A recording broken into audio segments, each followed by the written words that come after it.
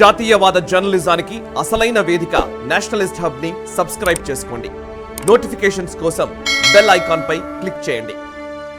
ఓవరాల్గా మామిడి గిరిధర్ గారు చెప్పిన ఆ వివరణ చూస్తే ఇంకా అమెరికాకు ఏదో ఊరికే అక్కడ బెదిరించే పరిస్థితే తప్ప నిజంగా ఆంక్షలు పెట్టే పరిస్థితి అయితే లేదు అనేది ఒక క్లారిటీ వచ్చేస్తుంది. సో ఆ రకంగా అమెరికాకే నష్టం అవుతుంది ఒకవేళ ఆంక్షలు పెట్టినా కూడా అనేది ఒక క్లారిటీ వచ్చేస్తుంది. సో భవిష్యత్ ఏ విధంగా ఉండబోతుంది, ఒక కంక్లూజన్ ఇవ్వండి. భవిష్యత్ బాగుంటుందండి, బంగారు బాట అవుతుందని చెప్పొచ్చు. ఇండియా ఒక మార్కెట్ నుంచి ఇవాల్వ్ అయ్యి 2014-2015 తర్వాత గవర్నమెంట్ వచ్చిన తర్వాత of course it's a matter of different discussion, చాలా పెద్ద డిస్కషన్. దానిలో పిలిస్తే I would love to participate in it. మనము సిఐఏ అండ్ కమ్యూనిస్ట్ కంట్రోల్ నుంచి మనము ఇండిపెండెంట్ కంట్రీగా ఎలా అయ్యాము, ఎలాంటి ఇనిషియేటివ్స్ వచ్చాయి, మేక్ ఇన్ ఇండియా అవన్నీ ఎందుకు సక్సెస్ఫుల్ అయ్యాయి, మేక్ ఇన్ ఇండియా 2014లోనే ఎందుకు వచ్చింది, అప్పటిదాకా అంటే ఇంత ఇంటలెక్చువల్ పొటెన్షియల్ ఉన్న కంట్రీలో మేక్ ఇన్ ఇండియా లాంటి సింపుల్ ఐడియాస్ అంత ముందర ఎందుకు రాలేదు, ఎందుకంటే రానివ్వలేదు కాబట్టి రాలేదు. సో ఏంటంటే ఇప్పుడు మనము సెల్ఫ్ డిపెండెన్స్ ఒకటి తెచ్చుకున్నాం కాబట్టి మీరు ఆలోచించాల్సింది ఏంటంటే మన లాస్ట్ టైం ఆంక్షలు ఎప్పుడు పెట్టారు, మనం న్యూక్లియర్ టెస్ట్ పోఖ్రాన్లో చేసినప్పుడు 99-2000లో పోఖ్రాన్లో న్యూక్లియర్ టెస్ట్ చేసినప్పుడు ఆంక్షలు పెట్టారు. అప్పుడు ఏమైనా చేశారో, ఇట్లా అనౌన్స్ చేశారో ఆంక్షలు రావచ్చని డైరెక్ట్ గా వెళ్ళి ఆంక్షలు పెట్టేశారు. ఎందుకంటే ఇండియాస్ పొజిషన్ అప్పుడే మనము ఎకనామిక్ క్రైసిస్ నుంచి బయటకు వచ్చాం. 91-92 ఎకనామిక్ క్రైసిస్ నుంచి బయటకు వచ్చి 10 ఏళ్ళు కూడా కాలేదు. మన డిపెండెన్స్ వరల్డ్ మీద ఎక్కువ ఉండేది. మన position as states value state in the world was different. అప్పుడు ఏంటంటే India was dump yard. So మాకు కావాల్సిన సామాన్లన్నీ ఇండియాలో మార్కెట్ ఉంది, పబ్లిక్ ఉన్నారు, కొనేవాళ్ళు ఉన్నారు, దాని వాళ్ళ దగ్గర పడేయండి, ఎట్లాంటి క్వాలిటీ ఉన్నా వాళ్ళు కొంటారు. India is now production hub, India is now intellectual hub, India is now man power hub, India is now economic hub, India is now international relations. So ఇప్పుడు ఏంటంటే స్ట్రాటజిక్ ఇంపార్టెన్స్ పెరిగింది ఇండియా. సో ఆంక్షలు పెట్టేదంటే ఎప్పుడో వెళ్ళి ఆంక్షలు పెట్టేసేవారండి, ఇట్లా వ్యాఖ్యలు కమెంట్లు ఇవ్వరు యువసేవాళ్ళు వెళ్ళి. So as I foresee that there is going to be no sanctions. వాళ్ళు ఏంటంటే దీంతో మాకేం బెనిఫిట్ అని బ్యాక్గ్రౌండ్ ఛానల్స్ తో మాట్లాడుకుంటారు. And nothing wrong in it. USA asking for their pound of flesh is nothing wrong in it. మాకు benefit ఏంటి, మాతో ఎట్లా పార్ట్నర్ చేస్తారు, ఈ ఐఎన్ఎస్టీస్ తోటి మాకు వచ్చే బెనిఫిట్ ఏంటి అనేది. అండ్ దీని దగ్గర నుంచి డెవలప్మెంట్ ఏమవుతుంది అంటే 1 is development of the sea corridor and 2 is the multi mode transport, అంటే rail, road and sea corridors, INSTC corridors development. అది డెవలప్మెంట్ అయిందంటే ఆల్రెడీ హైఫా పోర్ట్, మీరు ఇజ్రాయెల్ లో చూస్తే 3 ప్రీ పోర్ట్స్ ఉన్నాయి. దానిలో అన్నిటికన్నా పెద్ద పోర్ట్ అయినది హైఫా పోర్ట్.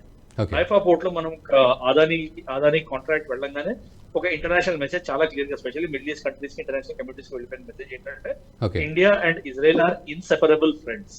సో ఇండియాది ఇజ్రాయెల్ తోటి అండ్ సిమిలర్లీ ఇండియాది అక్కడి నుంచి పాస్ అయ్యే ట్రాఫిక్ అన్ని దేశాలతోటి, అంటే అన్ని దేశాలంటే మీకు European countries, Atlantic countries and similarly east Asian countries, అన్ని కంట్రీస్ కి మెసేజ్ ఏం వెళ్ళిందంటే ఇండియా ప్రెసిడెన్స్ చాలా స్ట్రాటజిక్, ఇండియాని ఫ్రెండ్ గా పెట్టుకోవడంలోనే బెనిఫిట్ ఉంది అని చాలా స్ట్రాటజిక్ మెసేజ్ మనం ఇచ్చేసామండి హైఫా పోర్ట్ లోకి వెళ్ళినప్పుడు. So I don't think that is going to move. మన strategic position with clear external affairs policy and clear statesmanship leadership from our prime minister, అది ఇంప్రూవ్ అవుతుందండి. ఇంతకన్నా మంచి ఇంకా జరుగుతుంది. And Chabahar port is 1 solid step. అంటే మీరు ఇంకొకటి ఇంపార్టెంట్ థింగ్ ఏంటంటే, ఇదివరకు అయ్యే గవర్నమెంట్స్ అయ్యేది ఇప్పుడు అయ్యే గవర్నమెంట్ ఒక మేజర్ డిఫరెన్స్ మీరు చూడాల్సింది ఏంటంటే, I just take half a minute more. ఇదివరకు అయ్యే ప్రభుత్వాల్లో ఏంటంటే ఎలక్షన్ అయ్యే 10 నెలల ముందర, ఏడాది ముందర పనంతా అయిపోయేది, నో డెసిషన్ వాస్ టేకెన్. ఇక్కడ ఈ పర్టికులర్ గవర్నమెంట్ లో మీరు ఫస్ట్ 5 years చూసా, తర్వాత 5 years చూసా, ఇప్పుడు ఎలక్షన్స్ చూసినా కూడా important issues are moving. Ministers వాళ్ళ మినిస్ట్రీస్ ని మూవ్ చేస్తున్నారు.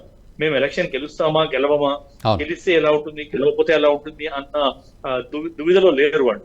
వాళ్ళు చేసే పని వాళ్ళు చేస్తున్నారు కాబట్టి చాబహార్ పోర్ట్ డీల్ ఇంకా అయింది. లేకపోతే జూన్ లో ఎలక్షన్స్ అవుతాయి. ఈ 10 years డీల్ కూడా ఎలక్షన్స్ దఫాలుగా జరుగుతున్న ఎలక్షన్స్ మధ్యలోనే జరిగిన డీల్ ఇది. మధ్యలో జరిగింది అంటే ప్యారలల్లీ బ్యాక్గ్రౌండ్ ఛానల్స్ ఎవరి పని వాళ్ళు చేస్తున్నట్లు. That is a huge certificate for the government. ఎవరి పని వాళ్ళు చేస్తున్నారు regardless of the internal political scenario అని. అంటే ఎవరికైనా కొంచెం అన్సర్టనిటీ ఉంటుంది కదా సార్. అనలిస్ట్ అందరూ చెప్పొచ్చు మోడీ గవర్నమెంట్ మళ్ళీ తిరిగి వస్తుందని, కానీ ఓటర్ ఎలా ఓటు వేస్తాడని ఎవరికి తెలియదు కదండి. సో నాకు ఆ గ్యారంటీ లేదు, నేను గెలిస్తేనే ఇది చేస్తాను అని ఆలోచించే ప్రైమ్ మినిస్టర్ అయితే ఆపేసేవాడు. ఆయన ఆపకుండా చేస్తున్నాడు అంటే focus is on projecting India as a strategic power and focus is on establishing India as an international friend. International friend గా ఇండియా ఏదైతే ఎస్టాబ్లిష్ చేసామో దాన్ని స్ట్రెంథెన్ చేయడం is the focus, and that is the right focus అండి. And I don't see anything negative in this happening. మా India Iran తో కూడా balance relationship అవుతుంది, మిడిల్ ఈస్ట్ తో కూడా బ్యాలెన్స్ రిలేషన్షిప్ అవుతుంది. అలాగే పాకిస్తాన్ ఇంపార్టెన్స్, చైనా ఇంపార్టెన్స్ తగ్గడం అవుతుంది. So China as it is they established channel with $140 billion trade అయింది మనతో. So they are number 1 position Giridhar garu cover చేశారు. సో చైనా కూడా బ్యాలెన్స్ చేద్దామని ట్రై చేస్తుంది ఇండియాతో బ్యాలెన్స్ చేసే రిలేషన్షిప్ ఉంచుతాము, యూఎస్ఏ మీద ఎక్కువ రోజులు డిపెండ్ అవ్వలేము అన్న ఒక థాట్ చైనాలో కూడా నడుస్తుంది. So let us see how it goes, but positive అవుతుందండి. ఈ వీడియో మీకు నచ్చినట్టయితే లైక్ చేయండి, 10 మందికి షేర్ చేయండి. అలాగే కామెంట్ల రూపంలో మీ అభిప్రాయాలను మాతో పంచుకోండి. Nationalist hub group of channels ను సబ్స్క్రైబ్ చేసుకుని తెలుగునాట జాతీయవాద జర్నలిజాన్ని ప్రోత్సహించండి. ఈ వీడియో కింద ఉన్న బెల్ ఐకాన్ పై క్లిక్ చేయడం మర్చిపోవద్దు.